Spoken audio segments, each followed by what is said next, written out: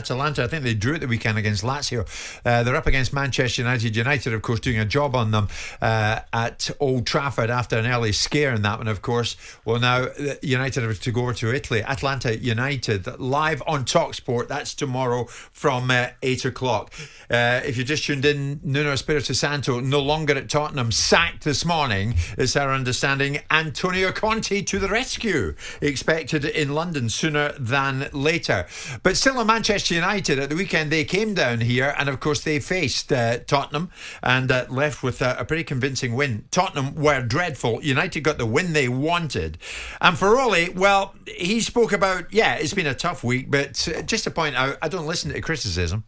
Always difficult after you lose a game. It's the worst place to be when you lose a game, being a manager of football. But you have to focus on looking forward to the next game, do your job as well as you can, and just stick at it. My feelings don't really matter here in this, to be honest, I don't listen to you lots. I don't read. I don't watch too much. So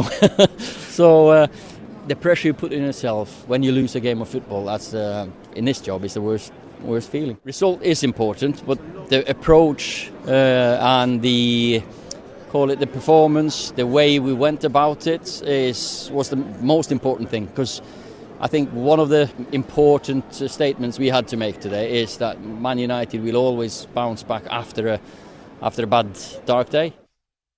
So that was Ole Gunnar Solskjær. I mean, Danny, he says he doesn't listen to anything in the media. I'm sure he does.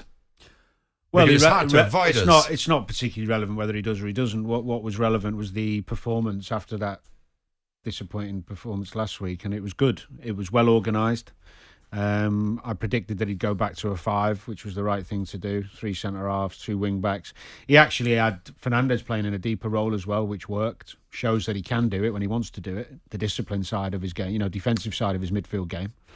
And the shape was so much better. The problem is, obviously Ronaldo and being partnered by Cavani helped him with the tenacity and energy of Cavani. The problem is with that formation, of course, is, does it have longevity when you've got Greenwood, Rashford and Sancho? 3 of the best young talents in the country sitting on the bench, and generally all wide players. I know they can play through the middle, 2 of them as well, if Cavani or Ronaldo isn't playing well, but it's a bit of a mishmash at the moment, Man U. Great performance one week, awful the next. Yeah. That's not where they want to be at. So we'll see how they go next week against City and this week against Atlanta. But I have to give credit where credit's due. It was a spirited performance, and it was needed, wasn't it? Really, and the class for the goal, the first one. Yeah. And that's what changes games, the first goal, doesn't it? It changes momentum, it changes the mindset of the fans, of the players, of the opposition. Pass was superlative, and the finish. He just keeps producing. He can do it. I mean, God, we've seen it for so many years. But the bottom line is this, Danny. This is a massive week for United, isn't it? Because we will find out the cut of their jib in Europe when they go to Atlanta, but then the big test, City. I'll give you this scenario. That's when we really find out where they're at. Yeah, but say they lose to Atlanta and beat City. Where are we at then? Does he have to on Thursday after the Atlanta game? If he's lost, are you sitting in here saying he's got to go? Because they might be out of the Champions League, but then they go and beat City. How long does it go on where you keep having this hot and cold? That's the question mark for United fans at the minute. So if they lose to Atlanta and he gets his coat, but if they then beat City, he gets his coat back. I'm not entirely sure who didn't think that United were going to beat Tottenham on Sunday. Yeah. I think everyone pretty much accepted that they were going to. I said it on Friday. Martin Keown said it on Friday. I think we said it last week. It was fully expected because A, Tottenham are in good nick, and B, United will get a reaction. I fully expect him to get his head handed to him by Man City next week. Atalanta, let's look at the Atalanta result when they beat Atalanta. Atalanta had 5 first-team players out in that game, and their best player was substituted at half-time when United staged this phenomenal comeback. Yeah. If the United fans are happy with him being able to get himself out of the cart by winning games that come after a bad result, then they'll be happy with constantly being 4th, 3rd, 2nd, never win anything.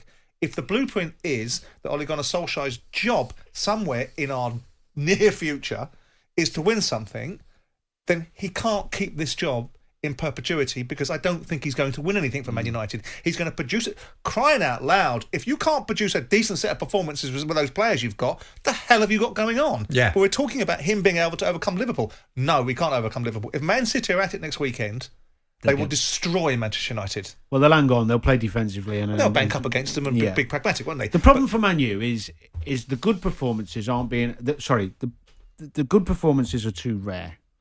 The bad performances are too consistent. So you lose at home to Villa. You scrape a draw against Everton.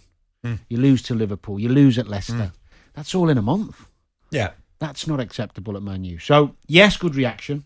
Really solid performance. Looked a lot better. Yeah. But let's wait and see. I wonder what Manchester United fans think this morning, though, Simon, because they will have to get used to life without the prospect of Conte coming to the rescue if it goes pear-shaped for Ole further down the line. He's not the only manager in the world. Because Conte now looks as if he's going to head to Tottenham. He's off their list, but did anyone really think, despite the verbosity of people like me suggesting for instance, he walked through the door, he wasn't fit for the job, did anybody actually think, despite all the hyperbole last week, that United were going to take him out? I didn't think they were. I'm advocating that they should, not because I want to see a man sacked, but because if we're calling it for what it is, which is elite football management, then it is unarguable. I don't know who can make an argument to suggest that Ole Gunnar Solskjær sits at the same table. He might get the crumbs off that table, but he doesn't sit at the same table as Tuchel, as Guardiola, as Klopp. He doesn't. No, I agree. So I suppose the Jamie Carragher scenario was right when he spoke about the fear factor in the hierarchy at Manchester United. The fear factor of messing it up again because they don't have a plan, do they? They don't seem to have a plan of what they can do next. Yeah. So they're just leaving him in till... I mean, if Tottenham Hotspur can walk Antonio Conte in the door, are you telling me Manchester United can't? Of course they can. Now, the idea that he comes in is a 2-year job, that Tottenham will suit Tottenham if they win something in that 2 years, doesn't matter what carnage he creates, because he'll dispel some of the nonsense around Daniel Levy and the lack of winning. But at Manchester United, they don't want someone in there for 2 years, they want him to build. But Man United are not these other clubs, because Man United could have kept on giving him what he wanted. Yeah. Chelsea was a different dynamic, because they are a different dynamic full stop. United are looking for longer-term appointments and will back them all the way. So he could have gone to Man United, they just didn't want him. Well, Ollie's there and we'll be all over Manchester United because United in Italy against Atalanta live on talkSPORT tomorrow at 8, and then Saturday, the one we've been talking about, 12:30. And boy, do we find out a lot more when this one comes along. Manchester United against Manchester City, exclusively live on talkSPORT. Jim White and Simon Jordan, Monday to Thursday morning 10 till 1 on AM, on DAB, via the talkSPORT app and on your smart speaker. talkSPORT.